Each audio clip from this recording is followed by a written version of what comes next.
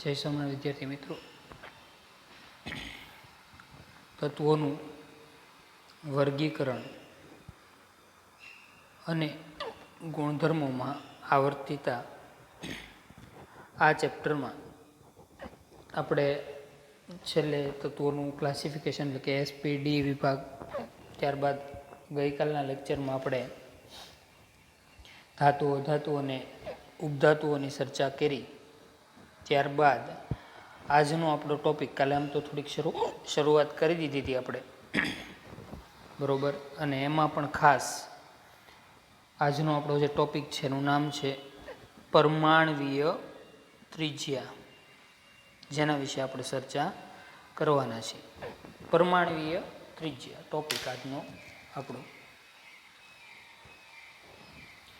પરમાણવીય ત્રિજ્યા ખરા અર્થમાં શું છે? તો કે ભાઈ પરમાણુની ત્રિજ્યા, પરમાણુની ત્રિજ્યા. ત્રિજ્યા વિશે આપણને માહિતી છે જ કે ધારો કે કોઈ એક ક્રિકેટનો બોલ આપણે ગોળાકાર લઈ લઈએ, બરોબર, તો આ જે ક્રિકેટનો બોલ છે એમાં એના કેન્દ્રથી લઈને બોર્ડર સુધીનું જે અંતર એને આપણે ત્રિજ્યા આર કહીએ છીએ, બરોબર. એની હવે આપણે ચર્ચા કરશું. હવે પ્રશ્ન એવો છે અહીંયા કે પરમાણુ તો અતિ સૂક્ષ્મ છે, બરોબર. પરમાણુનું કદ લગભગ વૈજ્ઞાનિકો એવું કહે છે, પરમાણુનું કદ છે ને ભાઈ 1.2 એંગસ્ટ્રોમ જેટલું છે. 1.2 એંગસ્ટ્રોમને જો હું મીટરમાં ફેરવું તો શું થાય? તો કે 1.2 ગુણ્યા 10⁻10 મીટર જેટલું છે પરમાણુનું કદ, બરોબર. આમ પરમાણુ અતિ સૂક્ષ્મ છે, બરોબર. એટલે કે પરમાણુ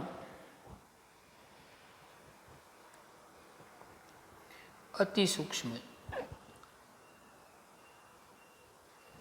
પરમાણુ અતિ સૂક્ષ્મ. બીજી બાબત, પરમાણુની ત્રિજ્યાનું માપન કરવામાં પણ નડતરરૂપ શું થાય કે આપણને ખબર છે કે પરમાણુમાં બે ભાગ છે, પરમાણુ કેન્દ્ર અને પરમાણુ કેન્દ્ર સિવાયનો ભાગ. તો પરમાણુ કેન્દ્ર સિવાયનો જે ભાગ છે એમાં કોણ હોય? તો કે ઇલેક્ટ્રોનનું વાદળ હોય. આમ પરમાણુની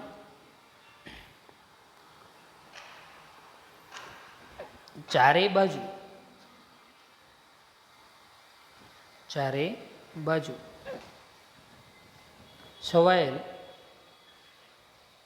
છવાયેલા ઇલેક્ટ્રોન વાદળથી ચોક્કસ સીમા નક્કી કરી શકાતી નથી.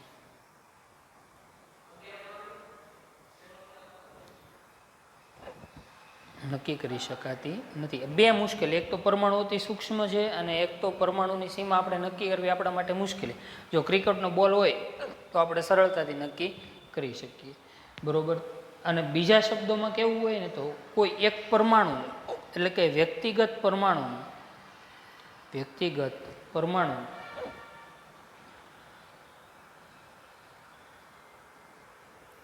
કદ માપવા માટે કોઈ પ્રાયોગિક પદ્ધતિ નથી.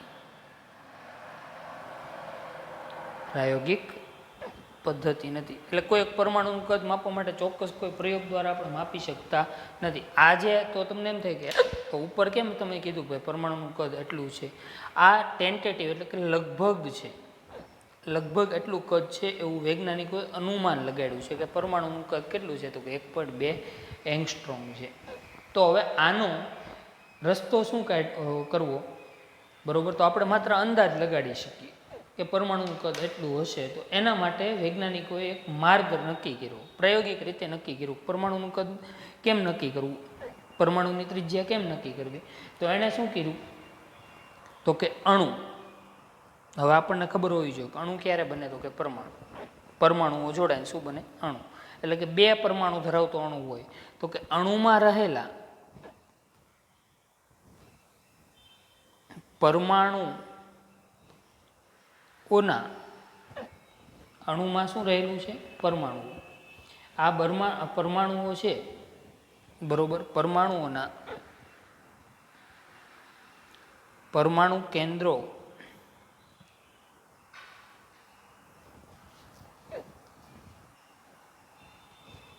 વચ્ચેના અંતરના મૂલ્યથી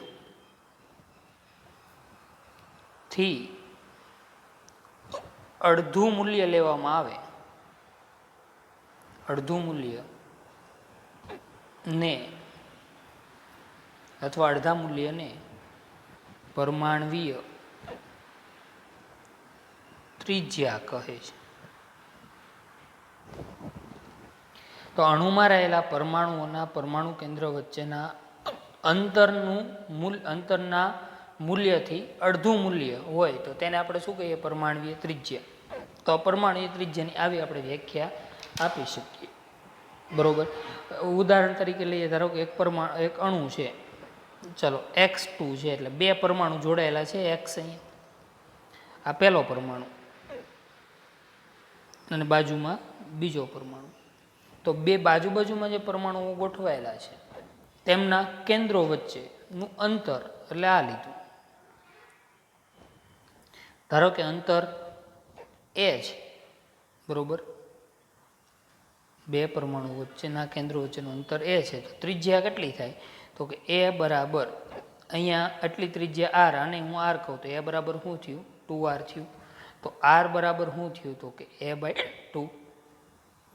એટલે કે જે મૂલ્ય આવે એનું કેટલું મૂલ્ય લેવાનું? અડધું મૂલ્ય. તો એ આપણને શું મળશે? પરમાણવીય ત્રિજ્યા પ્રાપ્ત થશે, બરોબર. હવે પરમાણવીય ત્રિજ્યા માટે બીજું શબ્દ વપરાય છે સહસંયોજક ત્રિજ્યા. સહસંયોજક ત્રિજ્યા ક્યારે વપરાય? તો કે સહસંયોજક બંધથી જોડાયેલા જે બે પરમાણુ છે એમની વચ્ચે કયો બંધ હોય? જો 10માં આપણે ભણી ગયા બે પ્રકારના બંધ, આયનીય બંધ અને સહસંયોજક બંધ. તો કે સહસંયોજક બંધથી જોડાયેલા, બાકીની વ્યાખ્યા એમનું જોડાયેલા બે પરમાણુઓના પરમાણુ કેન્દ્ર વચ્ચેના અંતરના અડધા મૂલ્યને સહસંયોજક ત્રિજ્યા કહે છે.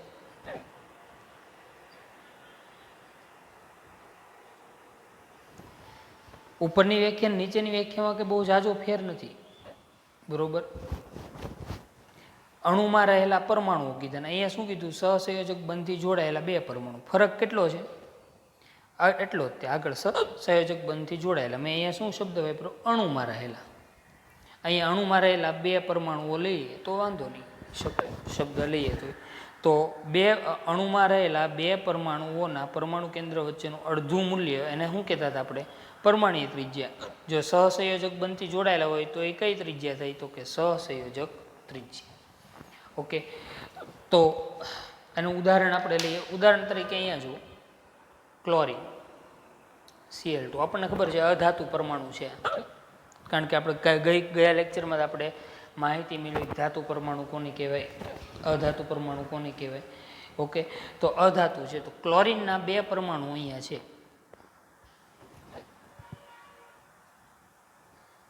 તો બંનેના પરમાણુ કેન્દ્રો વચ્ચેનું જે અંતર હશે એનું અડધું મૂલ્ય લઉં તો મને ક્લોરીનની પરમાણુ ત્રિજ્યા મળે.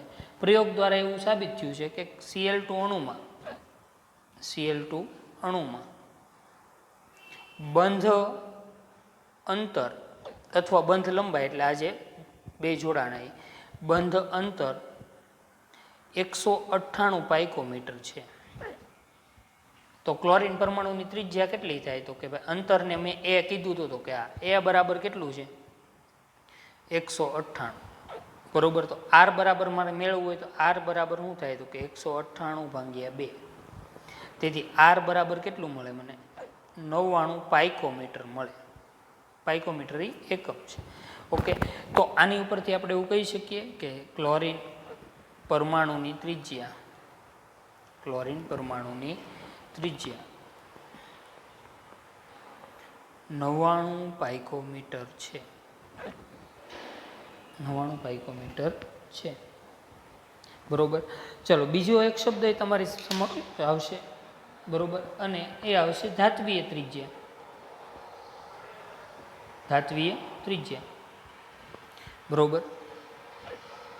ધાત્વીય ત્રિજ્યા તો વ્યાખ્યા શું થાય? આગળની હતી જ કે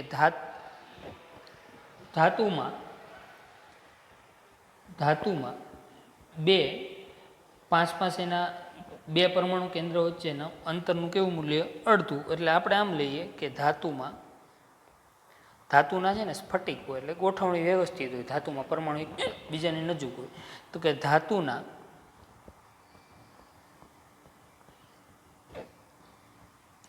ધાત્વીય બંધ હોય.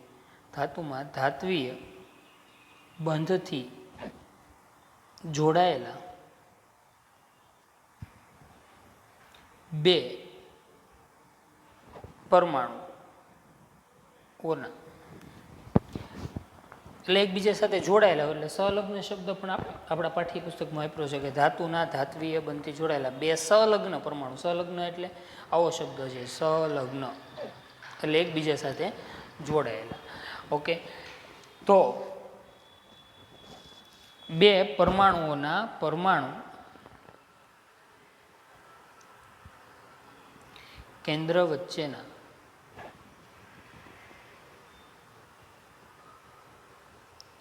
અંતરના અડધા મૂલ્યને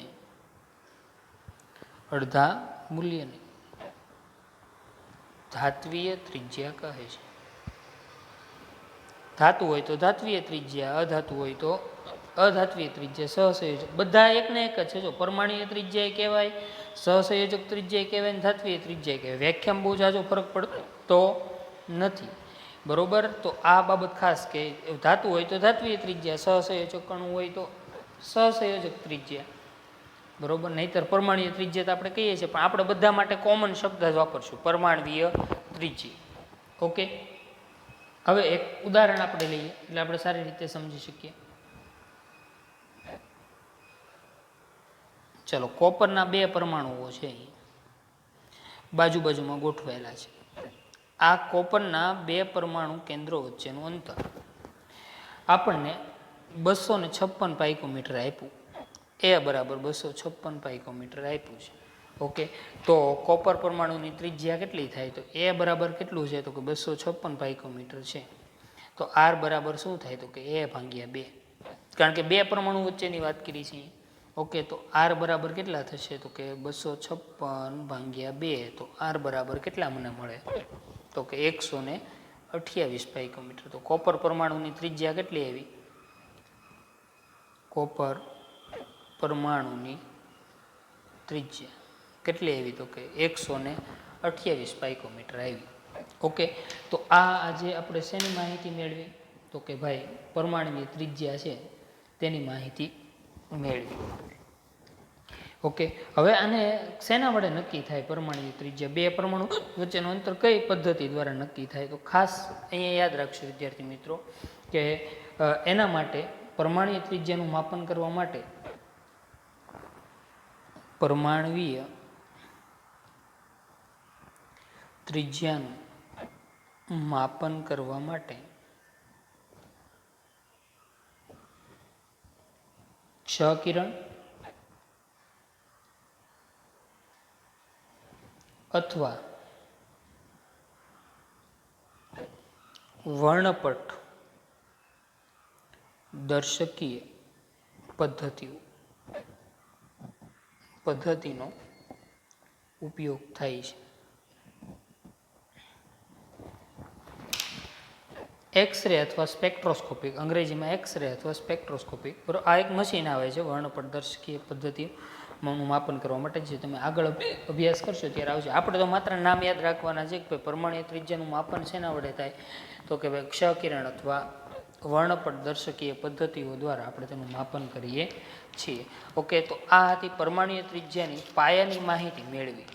ત્યારબાદ હવે આપણે પરમાણ્વીય ત્રિજ્યા છે બરાબર, તેમાં આગળ વધીએ. આપણે તો કામ અહીંયા અહીં છે કે સમૂહમાં અને આવર્તમાં શું થાય છે પરમાણ્વીય ત્રિજ્યા, એની આપણે વાત કરવાની છે બરાબર. સમૂહ અને આવર્તમાં તો સૌથી પહેલાં આજે હું તમારી સાથે ચર્ચા કરીશ સમૂહમાં પરમાણ્વીય ત્રિજ્યા બરાબર. સમૂહોમાં પરમાણ્વીય ત્રિજ્યા.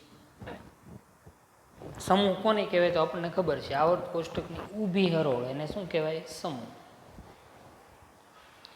અને બીજી બાબત કે સમૂહની સંખ્યા કેટલી છે, 18. એટલી માહિતી આપણી પાસે છે. કેટલાક સમૂહ આપણે પાકા કર્યા છે બરોબર. ક્યાં તમને એના મૂલ્યો જોવા મળશે તો કે કોષ્ટક 3.6b એની અંદર આ મૂલ્યો આપણને જોવા મળશે. એક જ વાક્ય હું બોલું છું અહીંયા કે સમૂહમાં ઉપરથી નીચે તરફ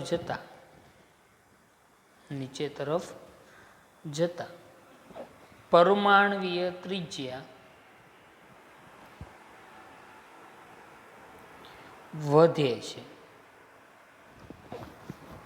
સમૂહમાં ક્યાંથી ક્યાં જાઓ છો, ઉપરથી નીચે, તેમ પરમાણ્વીય ત્રિજ્યા શું થાય છે, વધે છે બરોબર. આવું શા માટે થાય બરોબર, એને આપણે જરાક સમજવાનો પ્રયત્ન કરશું. બહુ જ સરળતાથી સમજી શકાય બરોબર, અને ધ્યાન રાખવા જેવું છે. એના પહેલાં એક ઉદાહરણ લઈએ આપણે. ચલો, સમૂહ 1 બરોબર. સમૂહ 1 ક્યાંથી શરૂ થાય તો કે લિથિયમ,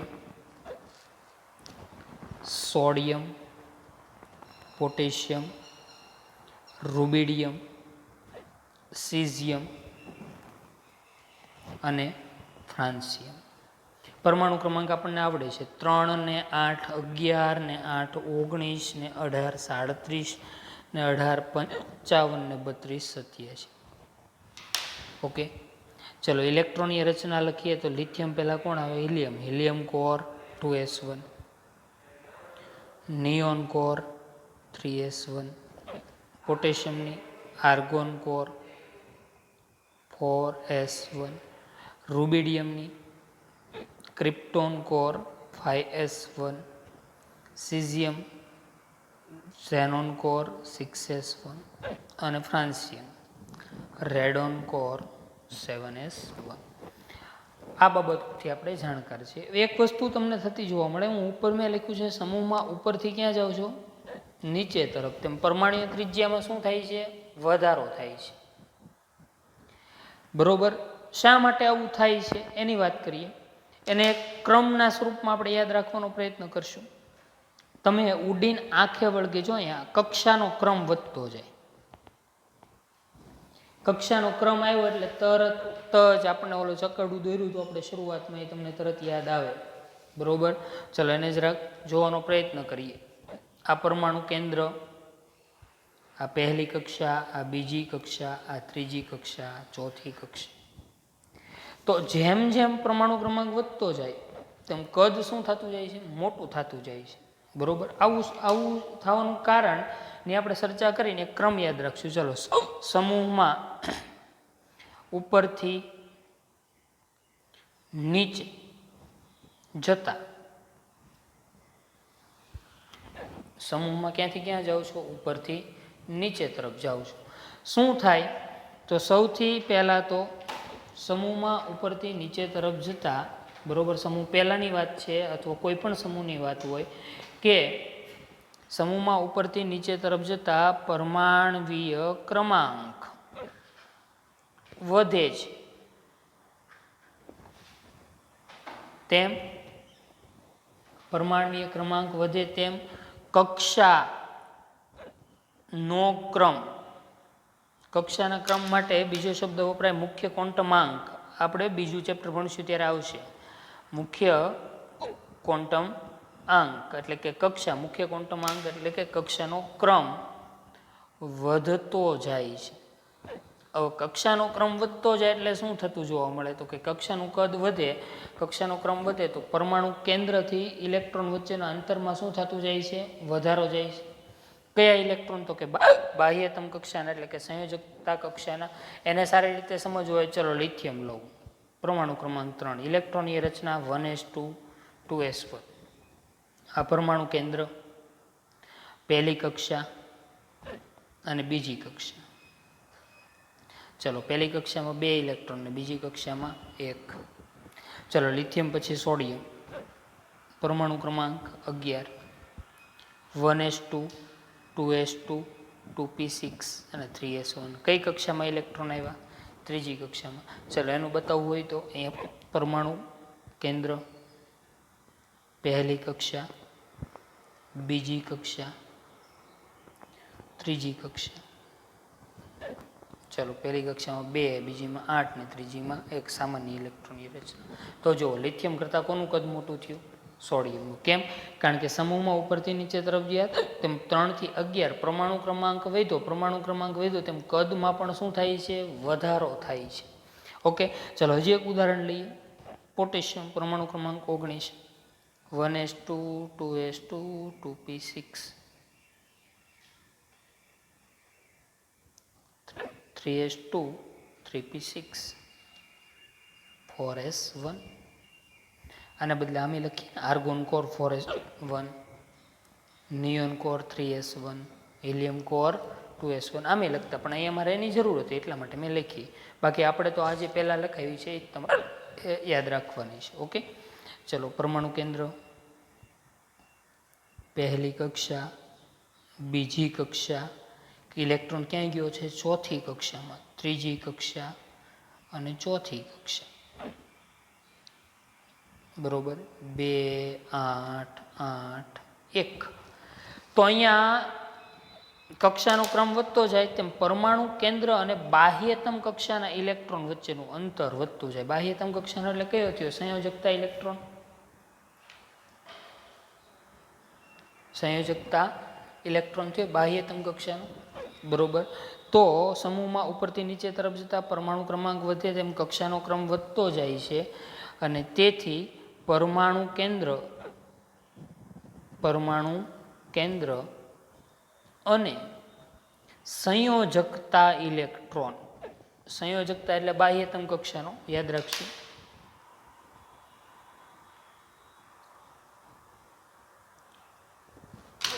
સંયોજકતા ઇલેક્ટ્રોન